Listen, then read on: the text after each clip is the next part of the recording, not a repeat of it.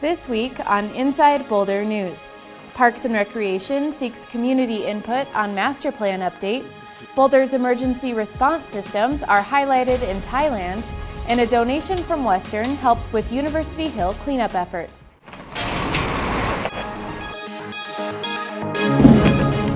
Welcome to Inside Boulder, featuring topics and stories that impact the community of Boulder, with Patrick von Kaiserling and Jennifer Bray. And on the news set, Natalie Wood brings you the stories making headlines this week. Inside Boulder News starts now. Welcome to Inside Boulder News. I'm Natalie Wood. How an agency responds to disasters impacts property and lives.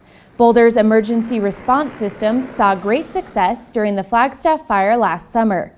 Now those operations are being highlighted on an international stage. Boulder Emergency Management Specialist Amy Danzel recently traveled to Thailand to teach local officials how to design adaptable logistics systems for emergency situations. What's unique in Boulder is that we've taken bits and pieces from several models and we've developed a system that really works for us. So we do what we call systems design work, which is really what the class I taught was. And it's really teaching them how to build a system unique to their context. So that really takes into account their policy group, their sort of environment, their hazards, their first responder community, and then their actual community, like the residents who live in their communities. We're certainly sharing what we're doing.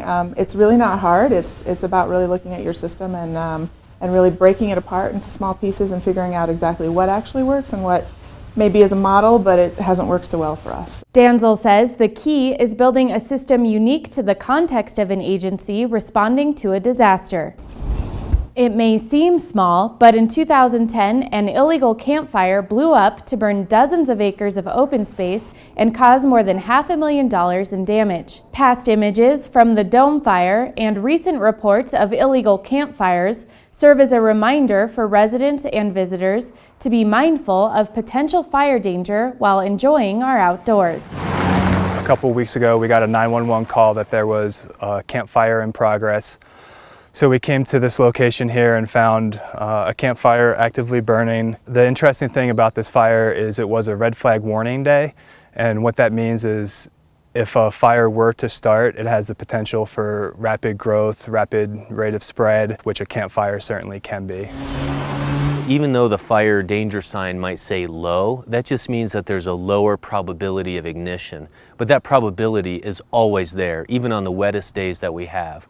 The part that's really alarming for us is right now we're in a prolonged drought, very similar to the conditions of 2001, 2002 when Colorado experienced some of its largest wildfires. With that, as well as having these fires, if they were to get out of the fire ring, we could be looking at a pretty big event. A lot of people have a different sense of what constitutes that fire being out. Our definition of that fire being out is you could literally take an ungloved hand and put it in the coals of the fire. For a lot of people, they say, we don't see flames, okay, let's go. But of course, 30 minutes later, the wind picks up, starts to blow off some of that white ash off of those hot coals, and all of a sudden you've got a very easy point of ignition. Bring water with you, bring a tool with you, so that you can put the fire out properly before you leave. Our backyard spans across many different agencies, so know what is allowed before you head out. No open fires are allowed in Boulder. There are several designated areas and campsites equipped with fire structures that can be used during certain hours of the day and when the fire danger is low. For more information about restrictions and current fire conditions in Boulder, visit osmp.org or visit the Boulder County website. Boulder's beautiful open space has been an inspiration for many artists. The City of Boulder is seeking submissions for the 2013 Open Space and Mountain Parks Art Show titled Celebrating Art Inspired by the Land. OSMP is looking for display-ready submissions in any form of art from artists of any age and level. really it's people expressing their connection to the open space and mountain park lands in whatever way. What we're really looking for is a variety, and we want to have a spectrum from amateur to professional, and from many different parts of our system, many different seasons represented. We'd love to see wildlife and animals, and as well as the landscape. So we're looking for variety. It really is a community-based art show. It's very near and dear to all of our hearts that it's about an expression of connection to the land, and there's no right or wrong way to put that out in the world through art. The show will be held in the Boulder Public Library Canyon Gallery from July 26th to August 29th. The deadline for submissions is June 28th. From hiking and biking to fitness classes and perusing the Pearl Street Mall, Boulder offers many unique recreation opportunities. Now's your chance to shape the future of parks and recreation and ensure your favorite pursuits are readily available. The city is holding a Parks and Recreation Master Plan open house next week, and the community is invited to provide feedback about draft strategies. The open house is really a chance for community members to preview the work that we've done on the master plan to date. It identifies some of the significant issues that the community's come forward with.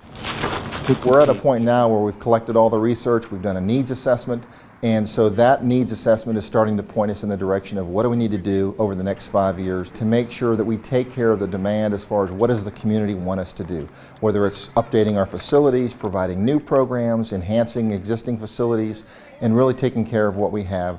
All that is identified in the needs assessment, and we hope to be to City Council in September with the final plan. The community process has been true to Boulder. It's been extensive, it's been thorough. We've heard some incredible information, some great information relative to where they want us to go. And now we just start marching forward once the plan is adopted.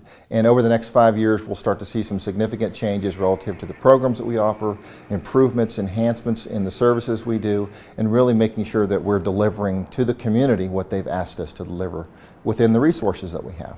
You can share your ideas at the Community Open House on Thursday, April 11th from 4 to 7 p.m. at the East Boulder Community Center.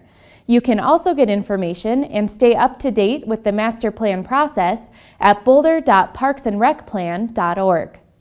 Cleanup efforts on University Hill are moving forward with the donation of 4 trash and recycling bins from Western Disposal. The bins were installed at high traffic areas on the hill over spring break. Western hopes the donation will help prevent littering in the area and divert recyclable materials from the landfill. We believe there are issues up here that we want to be a part of helping to solve and to improve. Today is the first step in a multi-year process that's been going on about how to make the Hill neighborhood and the Hill Commercial District kind of work as one and integrate services across the whole Hill area.